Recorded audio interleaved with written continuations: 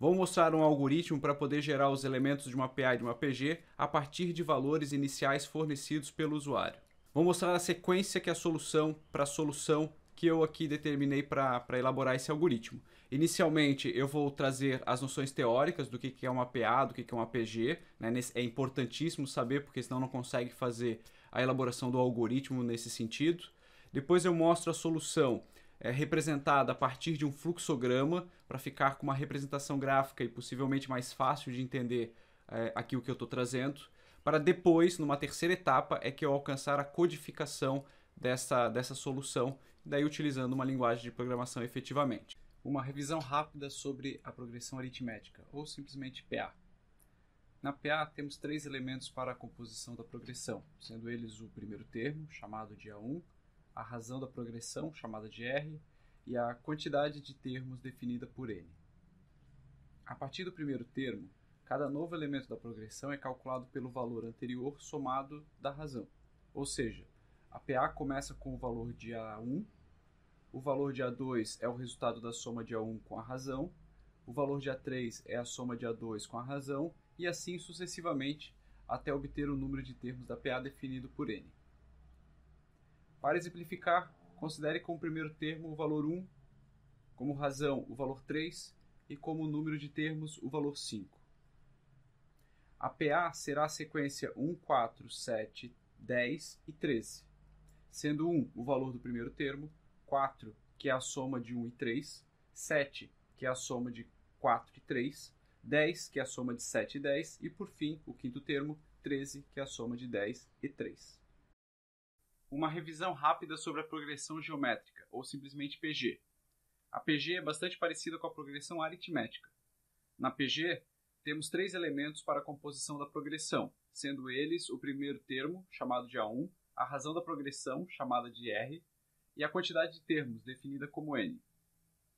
A partir do primeiro termo, cada novo termo da progressão é calculado pelo valor anterior multiplicado pela razão, ou seja, a PG começa com o valor de A1, o valor de A2 é o resultado da multiplicação de A1 com a razão, o valor de A3 é a multiplicação de A2 com a razão, e assim sucessivamente, até obter o número de termos da PG definido por N. Para exemplificar, considere como primeiro termo o valor 1, como razão o valor 3 e o número de termos o valor 5. A PG será a sequência 1, 3, 9, 27 e 81, sendo 1 o valor do primeiro termo, 3, que é a multiplicação de 1 e 3, 9, multiplicação de 3 e 3, 27, multiplicação de 9 e 3, e por fim, o quinto termo, 81, que é a multiplicação de 27 e 3. Então, mostrando a solução do cálculo da PA a partir de um fluxograma, inicialmente o programa começa com a declaração de variáveis que vão ser necessárias para o problema. No caso, uma variável para poder ler o valor inicial da sequência da PA, a quantidade de termos que a sequência vai ter e a progressão que vai ser aplicada de um termo para o outro. Também foi criada uma variável aqui i, que é algo que vai ser utilizado para controlar quantos termos eu já obtive, né, que eu já acabei gerando, e essa aqui é a quantidade total de termos que eu preciso. Então, essas três variáveis, para poder definir a progressão, elas são lidas aqui na sequência. Tá? Inicialmente o valor inicial, depois a progressão que vai ser aplicada e depois os termos. Vejo que a ordem aqui não precisa ser a mesma da declaração, tá? Mas essa ordem aqui é importante porque a primeira variável lida é o valor inicial, a segunda é a progressão e a terceira que é a quantidade de termos.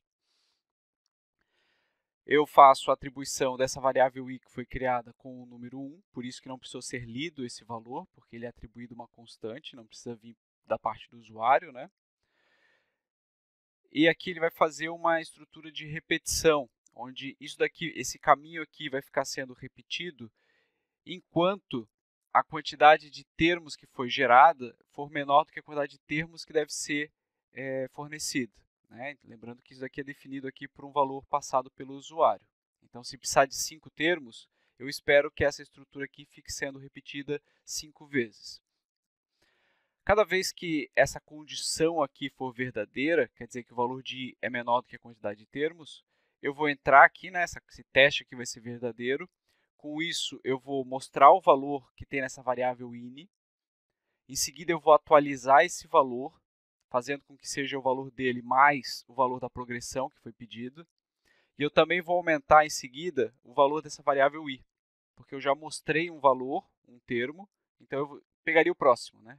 Incrementaria essa variável para poder gerar um próximo termo até, né, eu estou utilizando essa variável i para contabilizar quantas vezes eu já passei por esse teste.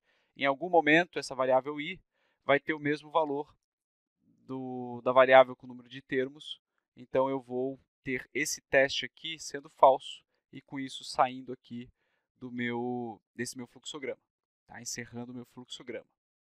Eu vou fazer uma execução passo a passo desse fluxograma. Então aqui vou executar um passo a passo, item a item aqui do fluxograma. O primeiro item aqui, assim, ele pede pela criação dessas 4 variáveis. Então eu vou avançar aqui. Com isso ele definiu 4 variáveis para serem armazenadas, mas vejam que os conteúdos, né, os valores dessas variáveis são indefinidos, porque eu ainda não atribuí nenhum valor para eles. E eu estou aqui na minha linha de execução esperando para que seja fornecido o primeiro valor. Aí eu vou fornecer aqui como primeiro valor, né, vou adiantar aqui o passo, vou fornecer aqui como valor o valor 1. Vai começar a minha PA com o primeiro termo igual a 1. Ele está esperando, aqui já dá para ver que esse valor foi atribuído à variável in, né, que foi a primeira que foi lida. Agora estou esperando pela leitura do valor da variável prog. Vou colocar aqui como a progressão o valor 5, como valor 5 aí como valor da progressão. E para a quantidade de termos, vai ser estabelecido aqui que eu quero 3 termos. Então começa com 1, vou ter 3 valores, tá, com a progressão 5. Nesse passo aqui, né, vai ser fornecido o conteúdo, aqui, assim, o valor constante 1 para essa variável i. É só o que vai acontecer, não vai ser pedido nada para o usuário. E aqui eu começo a fazer um conjunto de testes a cada execução aqui desse bloco. Inicialmente eu verifico se o valor de i, que é 1, é menor do que a quantidade de termos, que é 3. Né? Então, 1 é menor do que 3. Esse teste dá verdade. Então, ele vem por este caminho aqui e vai fazer com que seja mostrado o valor aqui da variável in, que é o valor 1. Então, é isso que vai acontecer na próxima execução, onde ele vai escrever o valor de in, que está aqui, que é o valor 1. Em seguida, esse valor in vai receber o valor que já tem nessa variável, mais o que tem na variável prog. Então, é o valor 1, valor de in, mais de prog, que é 5. A soma desses dois dá 6. Por isso, o in vai ser atualizado com o valor 6, que é o que aconteceu aqui. Tá? Por mais que essa variável se chame inicial, né, veja que agora ela já tem o valor do segundo termo da PA.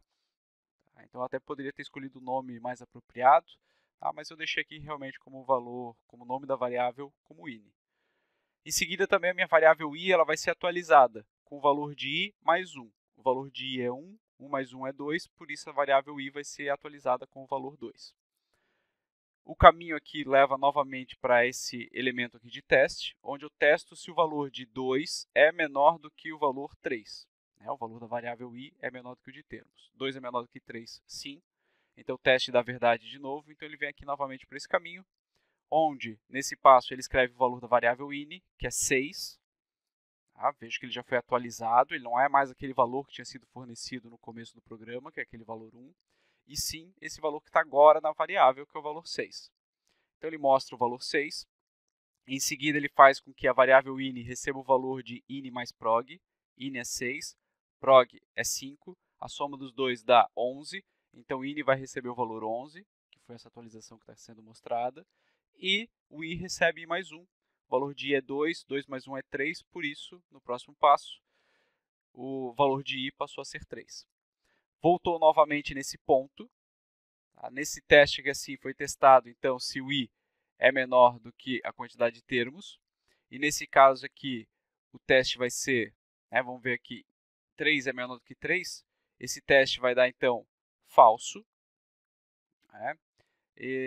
Então, é esperado que venha aqui por esse outro caminho. Encerrando o algoritmo. Veja que um ajuste nesse algoritmo é necessário, porque por essa execução que eu fiz, eu verifiquei que apenas 2 valores foram mostrados, porque ele acabou entrando nesse caminho aqui só 2 vezes. Então, eu preciso fazer uma melhoria, então encerrei aqui assim, o algoritmo, eu preciso fazer uma melhoria aqui no meu código, uma correção, para poder fazer com que 3 termos sejam mostrados realmente.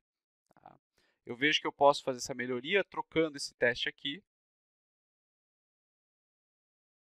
tá? Por uma expressão condicional, que vai ser esta expressão aqui. Se o i é menor ou igual à quantidade de termos. Né? Porque daí com isso, quando 3, né? Porque ele deveria ter feito mais uma vez. Tá? Então eu vou fazer com que ele execute aqui quando 3 for igual a 3 ainda, né? Porque daí ele vai mostrar o terceiro termo para poder encerrar. Fazendo a execução de novo, mas dessa vez eu vou executar de uma vez. Tá? Então eu vou ler aqui os valores. Eu já tinha fornecido 1 com progressão valor 5 e como quantidade de termos 3. E agora eu vejo que daí ele executou uma vez mais aqui a minha interação, porque eu mudei aqui o teste. Eu mudei o teste para menor ou igual, assim como eu poderia ter mudado o teste simplesmente para começar com o valor 0. Tá? Mas no meu teste, no final das contas, eu preferi deixar aqui como menor ou igual. E aqui eu tenho a execução completa do meu algoritmo, que está funcionando aqui para PA. Eu vou complementar a minha explicação do fluxograma trazendo uma outra estrutura. Aqui foi utilizado a estrutura de repetição que se chama de enquanto. Enquanto essa condição for verdadeira, o teste for verdadeiro, ele vai vindo por esse caminho até algum momento que o meu teste venha a ser falso. Nessa outra estrutura aqui, foi utilizado o para, uma outra estrutura utilizada para laços de repetição. No caso aqui, o efeito vai ser o mesmo. Eu espero que seja o mesmo na execução do meu algoritmo, onde eu fui definido aqui que existe uma variável de controle, que é a minha variável i. Veja que aquela minha variável já existia naquele meu fluxograma com inicial, onde eu estou utilizando o enquanto. O valor inicial foi definido para 1 aqui nessa iteração, porque ela vai começar de 1 da mesma maneira. E o valor final vai ser igual à quantidade de termos, com incremento constante de unidade a unidade, de uma unidade, que é o que foi feito aqui. Então essa estrutura para, ela gera uma simplificação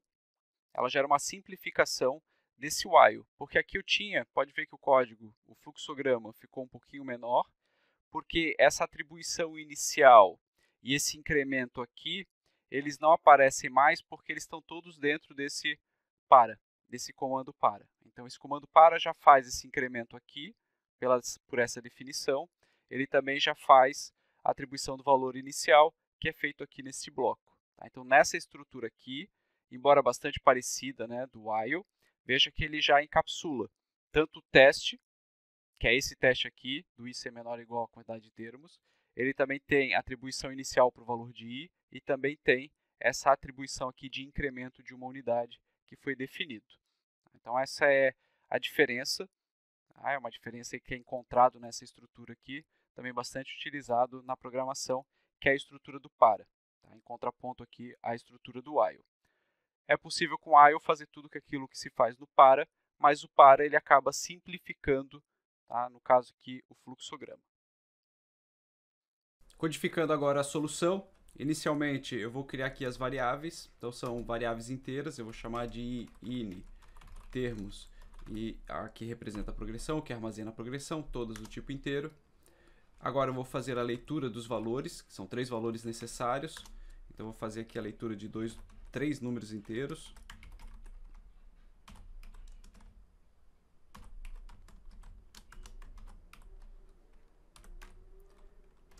Que são na sequência ali do problema, que é o valor inicial, a quantidade de termos,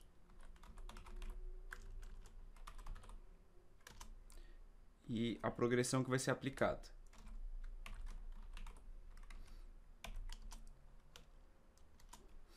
E agora, para poder fazer a progressão, para poder mostrar essa progressão, eu vou fazer um for, que se utiliza da minha variável i, que começa com o número 0, enquanto i for menor do que a quantidade de termos,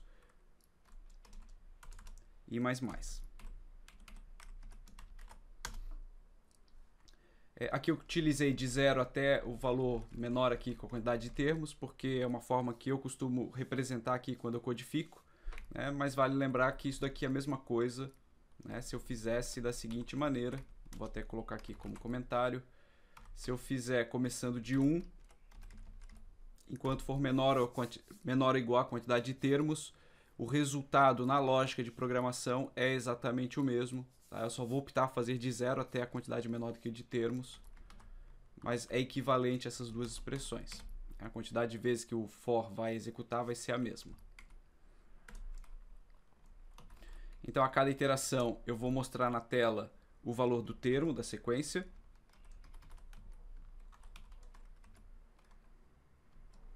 Eu vou deixar um espaço aqui, né, para não ficar os números tudo grudado. E esse valor do termo está armazenado na variável ini. E para poder calcular o novo termo da sequência, eu vou calcular aqui que o ini vai ser o ini mais aquilo que foi aplicado na progressão, aqui fazendo o cálculo da minha PA. Então, até vou botar aqui, calcula a PA. Isso vai ficar fazendo durante várias execuções, conforme é pedido pelo usuário ali informado nesse momento aqui. Fazendo uma rápida execução. Vou fornecer aqui os valores 1, 3 e 5. Lembrando que daí a sequência é o valor inicial, vai começar em 1, o número de termos vão ser 3 termos, que vão ser incrementados de 5 em 5 unidades. Aqui deu Enter e está ali. Começou com o número 1, 1 mais 5, 6, 6 mais 5, 11. Está aí minha sequência da PA com os valores que foram fornecidos pelo usuário. Vale dizer que, para fazer, né, diferente uma PA e de uma PG, eu teria aqui apenas a mudança, a modificação desta operação aqui. Então, deixa eu só fazer um pouquinho diferente aqui. Aqui eu vou calcular a PG, e a PG nada mais é do que a substituição dessa operação de soma pela operação de multiplicação. E aqui eu vou estar obtendo a minha PG, tá? Da mesma maneira. Vamos fazer aqui uma rápida execução para ilustrar. Vou começar com o valor 1 também. Vou fazer uma progressão que eu vou querer 5 termos. Eu vou fazer duplicar a cada evolução aí da PG. Então, vezes 2. Então, começou com 1, 5 termos. 1, 2, 3, 4, 5 termos. Sempre de 2 duplicando, né? 1 vezes 2, 2. 2 vezes 2, 4. 4 vezes 2, 8. 8 vezes 2, 16. Tá? Que é o que era pedido ali, o que é esperado, melhor dizendo, com relação a PG. Então, aqui eu tenho um algoritmo, né, para poder fazer esse cálculo da PG. Vejo que ele é bastante similar com relação ao cálculo da PA.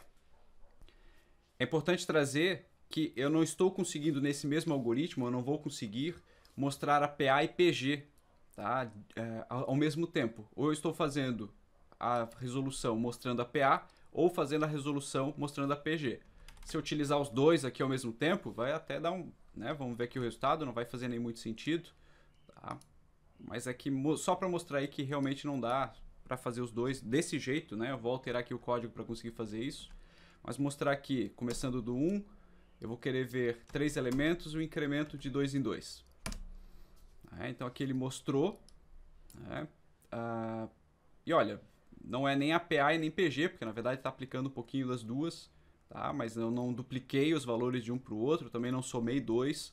A única coisa que eu fiz foi mostrar 3 elementos, mas com condições ali que na verdade representam tanto a soma como a multiplicação. Inicialmente eu somo 2, depois multiplico por 2 o resultado, e daí não faz sentido nenhum aí com relação a PA e PG.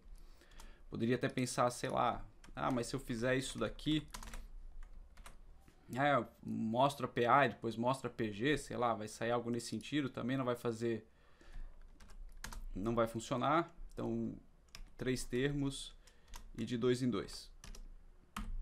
Opa! Repetindo, 3 termos e de 2 em 2. Né? Então até mostrou 6 valores aqui assim, aqui somou 2, mas aqui já duplicou, e daqui somou 2, e daqui multiplicou, e aqui somou 2. Né? Então duplicou, né? Porque é multiplicação por 2. Então até fez as duas operações, soma e subtração, mostrou 6 elementos, mas não é uma PA, não é uma PG, está tudo aqui embaralhado. Também não dá para fazer simplesmente isso daqui, ó.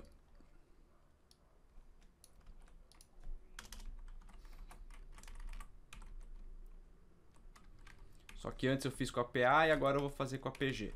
Então eu vou deixar a PA lá em cima. E depois a PG. Por que não vai funcionar? Por que isso daqui não vai funcionar? Não faz sentido. Eu primeiro mostrei a PA e depois eu mostrei a PG aqui. Tá? Vamos ver o que seria o resultado. Deixa eu só para me antecipar. Vou fazer aqui um printf de um /n para poder gerar uma nova linha. Tá, então, na primeira linha vai ser a PA e na segunda vai ser a PG. Então, começando 3 termos de 2 em 2. Então, mostrou aqui. A PA mostrou certinho, né? Começou em 1 mais 2, 3, 3 mais 2, 5, era o que era esperado. Mas a PG, né, já mostrou uma coisa nada a ver. Não é que não é nada a ver, na verdade até foi feito. É importante observar que quando terminou essa iteração aqui, para mostrar PA, o valor da minha variável ini era 5, né, que foi o último valor que foi mostrado da PA.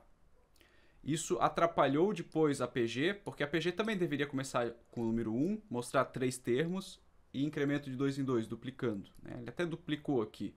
Mas o meu valor inicial, ele começou com 5. Na verdade, com 5 mais 2 até, porque ele até chegou a somar, mas não chegou a mostrar de novo, né? Quando ele fez essa soma, logo em seguida ele acabou o for e não chegou a mostrar o resultado dessa soma.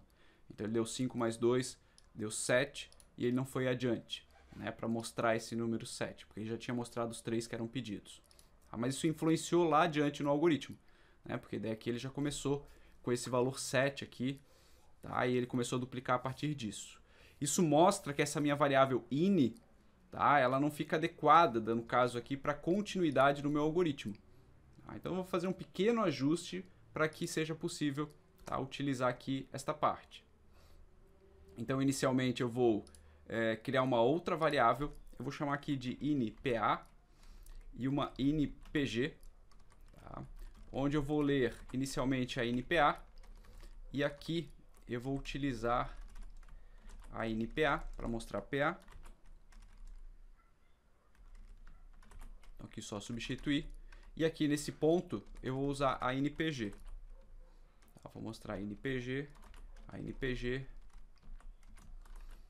e a ini_pg. Ok? Substituir em todos os lugares. Eu só estou lendo a ini_pa. Tá? Não faz muito sentido também eu pedir para o usuário digitar 2 vezes, né? Se é para começar, a PA e PG é para começar com o mesmo valor, não tem porque eu pedir para o usuário digitar o mesmo valor 2 vezes. A única coisa que eu vou fazer aqui é o acréscimo desta linha, onde eu digo que o ini_pg vai ser, ou vai receber o valor da ini_pa, do ini_pa. Pronto. Então aqui eu vou manipular, mostrar a PA e depois, tá, baseado no ini_pg, que tem o mesmo valor inicial dessa minha variável ini_pa, tá, eu vou mostrar aqui a progressão geométrica. Deixa eu salvar e executar. Então aqui na sequência que eu vou mostrar, começando com o número 1, 3 termos de 2 em 2. Então a PA já estava certa, né? Começou 1 mais 2, 3, 3 mais 2, 5. E aqui a PG começou com 1, 1 vezes 2, 2, 2 vezes 2, 4. Tá? Aqui eu tenho daí a minha PA e minha PG sendo mostradas corretamente como era esperada para o problema. Veja que nesse cálculo da PA e da PG, né, ele apenas mostra o resultado da sequência. Eu não guardo ela. A bem da verdade, eu só estou guardando qual que é o último valor daquela PA ou daquela PG, mas os anteriores, elementos que tiveram anteriores, que foram calculados anteriormente, todos eles são perdidos, conforme essa minha variável ini aqui vai sendo substituída por um novo termo. Então, inicialmente ela tinha o primeiro valor, que é lido pelo usuário, nesse momento aqui, e depois ela vai sendo substituída a cada novo elemento que eu estou mostrando na tela. Então, no final, eu só tenho o último realmente guardado nela, e todos os anteriores são meio que perdidos. Embora o usuário vai ter a possibilidade de visualizar eles, eu não consigo utilizar eles. Nesse sentido, é interessante fazer, ou pode ser interessante fazer, o armazenamento dos valores dessas sequências da PA e da PG dentro de uma variável, né? Então eu posso fazer esse armazenamento dentro de uma variável que seria um vetor, né, para poder guardar vários elementos que estariam ali fazendo o armazenamento dessa sequência inteira. Para poder armazenar os valores da PA e da PG dentro de um vetor, eu vou fazer aqui só para a PA. A gente já viu que para poder mudar uma PA para uma PG é só substituir a operação aqui de soma pela multiplicação. Então eu vou alterar, vou trabalhar só com uma PA. E eu vou criar então só um vetor para fazer esse armazenamento dos valores da PA. Então, para isso eu vou definir um outro vetor. Eu vou fazer aqui numa linha separada. Tá? E aqui vem uma primeira consideração a ser pensada, né? Qual que é o tamanho desse vetor? O tamanho desse vetor ele vai ser lido pelo usuário. O usuário determina quantos termos esse vetor vai ter, mas isso só está acontecendo nessa linha aqui, na linha 8. Então, inicialmente, a minha variável de termos ela não tem um tamanho definido, então eu não posso fazer isso daqui. Tá? Criar um vetor do tamanho de termos, porque esse valor só vai ser definido posteriormente. Então eu não posso fazer nesta linha aqui específica da minha codificação, do meu código, e eu preciso trazer para depois que esse scanf acontece. Esse scanf acontece. Pode ser aqui, logo depois de ser lido o valor, a quantidade de termos, assim como poderia ser em algum outro lugar que eu poderia achar adequado. Tá? Mas é qualquer momento depois que eu consigo fazer a leitura dessa quantidade de termos, que eu defino um valor para essa quantidade de termos, é que eu posso fazer aqui sim a definição. Né? Criar aqui a minha variável que guarda o vetor, né? A minha variável vetor que guarda os termos dessa progressão. Então eu fiz aqui no caso na minha linha 8. E agora ao invés de simplesmente ou de somente mostrar o valor que está nessa variável, o que eu vou fazer é também fazer com que o meu vetor numa determinada posição receba essa variável.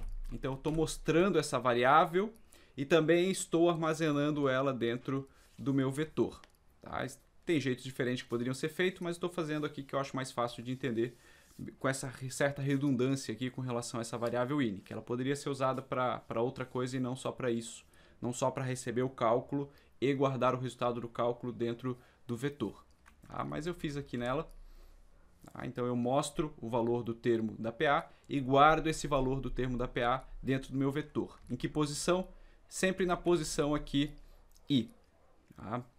Posição I, lembrando que o I começa com 0, depois ele vai ser incrementado em uma unidade por causa desse I++, então ele vai para 1, 2, 3 e assim sucessivamente até a quantidade anterior aqui à quantidade de termos, né? Até a numeração, o índice anterior aqui à quantidade de termos. E é por isso também que eu comecei o I com 0, eu tenho esse hábito de começar esse I com 0 e até o anterior à quantidade de termos e não aquela expressão que eu ilustrei anteriormente. Assim, de começar em 1 e aqui até essa quantidade aqui, porque pelo menos aqui na linguagem de programação C, fazendo desta maneira aqui, né, aqui que eu estou assinalando, ela acaba me atrapalhando depois na manipulação de um vetor, porque os vetores começam com a numeração 0. Se eu executar o código agora, então começando com o termo 1, eu vou querer 4 termos e de 2 em 2. Então mostrou 4 termos ali, incrementando de 2 em 2 a cada evolução. Eu vejo que a minha PA foi definida, né? Está sendo mostrada corretamente. Mas agora, dentro desse vetor aqui, eu tenho os valores dessa PA guardados, né? Armazenados. Então isso me possibilita posteriormente fazer qualquer tipo de manipulação. Eu não vou fazer uma grande manipulação, eu só vou mostrar de novo aquela PA. Tá? Então só vou fazer aqui um printf.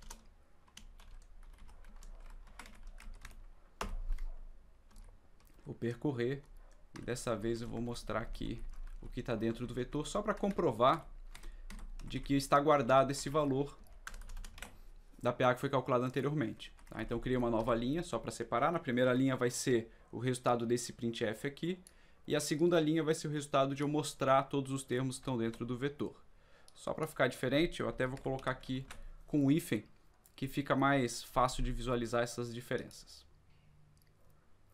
Ah, então eu quero, começando do número, vamos começar um número diferente, vamos começar do 5, eu vou mostrar 4 termos com a progressão 3.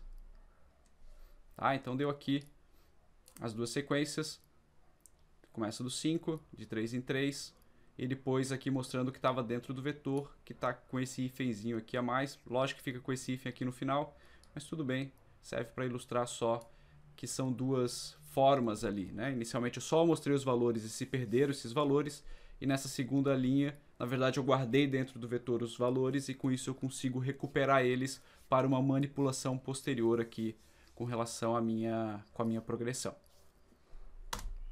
Para PG, tudo a mesma coisa, só substitui aqui essa operação de soma pelo operador de multiplicação. Tá? Isso encerra a explicação da codificação da PA e da PG, simplesmente mostrando os termos ou inclusive armazenando os termos aqui dentro de um vetor.